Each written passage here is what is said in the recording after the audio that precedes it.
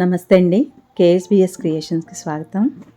ఈరోజు నేను చూపించబోయే రెసిపీ వచ్చేసి అల్లం చట్నీ అండి. ఒకసారి ఈ విధంగా చేసుకోండి, చాలా రుచిగా ఉంటుంది. అంతేకాదు ఎక్కువ రోజులు కూడా నిల్వ ఉంటుంది. దీనికోసం ముందుగా అరకప్పు నుంచి 3/4 కప్పు వరకు అల్లం ముక్కలు తీసుకున్నాను. 2 చెంచాల ధనియాలు, 1 చెంచా జీలకర్ర, 2 చెంచాల పచ్చిశనగపప్పు, 1 కప్పు చింతపండు, 2 చెంచాల వరకు మినపగుండ్లు, ఒక 10-15 వరకు వెల్లుల్లి రెబ్బలు తీసుకోవాలి. అలానే 1 చెంచా వరకు మెంతులు, ఒక 2 చెంచాల వరకు ఆవాలు తీసుకోవాలి. ఈ ఆవాలు మెంతులు అనేవి తీసుకోకపోయినా పర్వాలేదండి, మామూలుగా అయినా చేసుకోవచ్చు. కానీ ఇవి వేసుకుంటే మాత్రం టేస్ట్ చాలా బాగుంటుంది.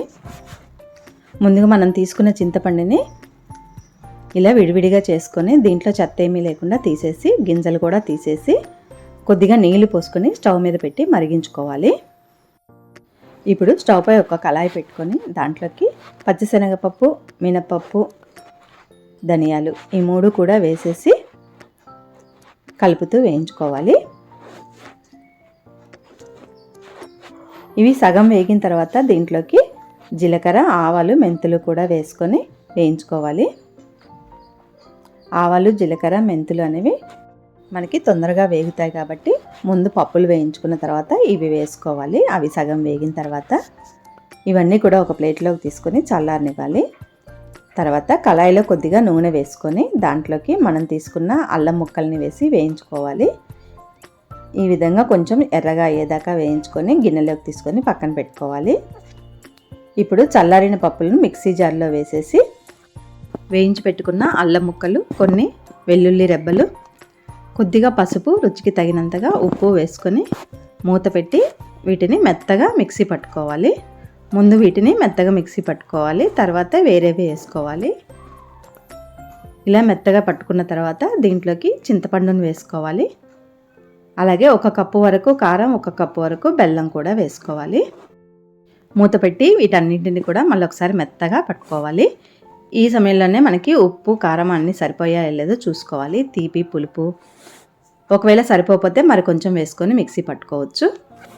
ఇప్పుడు స్టవ్ పైన కళాయిలో నూనె ఉంది కదా, అందులోనే జీలకర్ర, ఆవాలు వేసి వేయించుకోవాలి. తర్వాత కొన్ని వెల్లుల్లి రెబ్బలు, ఎండుమిరపకాయలు, గుప్పెడు కరివేపాకును కూడా వేసి వేయించుకోవాలి. ఈ పోపు అంతా కొంచెం బాగా వేగిన తర్వాత ఇందులోకి ఒక 1/2 స్పూన్ వరకు ఇంగువను వేసుకోవాలి. పచ్చళ్ళలో ఇంగు వేసుకుంటే టేస్ట్ బాగుంటుందండి. ఇంగు వేసుకొని పోపంతా ఒకసారి కలిపేసి మనం మిక్సీ పట్టుకున్న చట్నీని ఇందులో వేసుకొని ఒకసారి బాగా కలుపుకోవాలి. ఈ పోపంతా కూడా పచ్చడిలో కలిసేలాగా మొత్తం ఒకసారి బాగా కలుపుకున్నామంటే మనకి పచ్చడి రెడీ అయినట్టేనండి. ఈ విధంగా గంటతో నలుపుకుంటూ చక్కగా కలిసిపోవాలి మొత్తం పోపంతా.